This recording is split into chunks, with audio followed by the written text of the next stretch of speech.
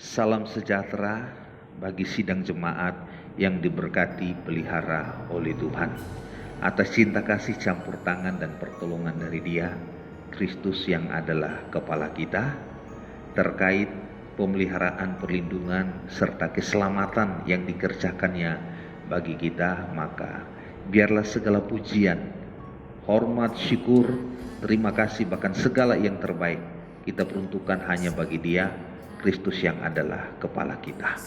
Puji Tuhan.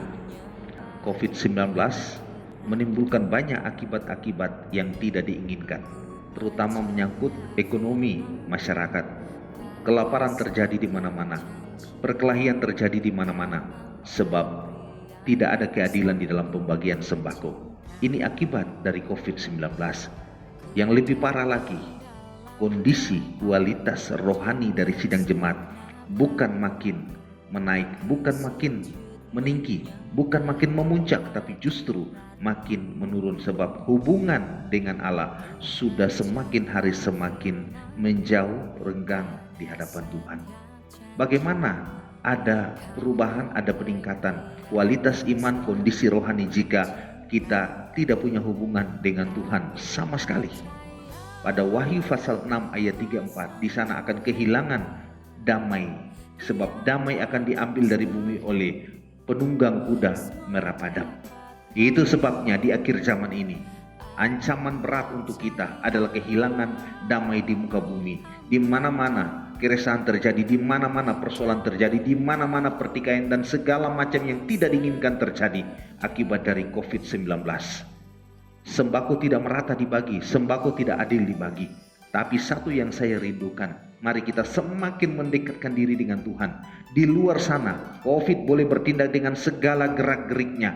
Tetapi jika kita ada di dalam Tuhan, jika kita memiliki Yesus, jika Dia ada dalam hidup kita, maka pasti ada damai. Apapun yang terjadi, damai, damai, damai terjadi dalam hidup kita. Akibat dari damai kita bisa meredakan semua yang tidak enak di dalam hidup kita. Saya ajak kita membaca kebenaran firman Tuhan. Kita butuh Yesus karena di dalam Dia, Dialah satu-satunya damai sejahtera dalam hidup kita, jaminan damai itu dalam hidup kita. Mari kita membaca di dalam suratan Efesus pada pasal yang kedua ayat 14 saya bacakan, walaupun tidak semua saya baca, 14 bagian A saja. Perhatikan, karena Dialah, itulah Kristus Yesus, damai sejahtera kita. Sekali lagi, karena Dialah damai sejahtera kita. Di dalam Yesus ada damai sejahtera. Di luar dari Yesus, dunia kehilangan damai sejahtera akibat dari COVID-19. Ini kegenapan firman. Tetapi kita yang ada di dalam Yesus, kita percaya, kita yakini bahwa damai yang diberikan oleh Yesus itu tetap ada dalam hidup kita. Satu waktu saudara, Yesus bangkit dan murid-murid mereka ada dalam sebuah rumah. Mereka menutup pintu, kunci pintu-pintu, tidak ada yang bisa masuk karena pada waktu itu orang Yahudi merupakan ancaman berat bagi mereka. Dan saudara tahu, begitu pintu terkunci semua, tiba-tiba Yesus ada di dalam. Dan Yesus berkata, damai sejahtera bagimu. 2 kali diomongin damai sejahtera bagimu. Itu berarti yang bisa menjamin damai sejahtera kita adalah Yesus, karena Dialah damai sejahtera kita. Perlu kita cek pribadi kita, ada damai enggak? Kita bicara rumah, kita tidak hanya berbicara tentang rumah secara fisik, tetapi rumah secara rohani, itulah hidup kita. Kita bicara rumah juga meningkat dari pribadi sampai pada nikah rumah tangga kita. Ada damai atau tidak?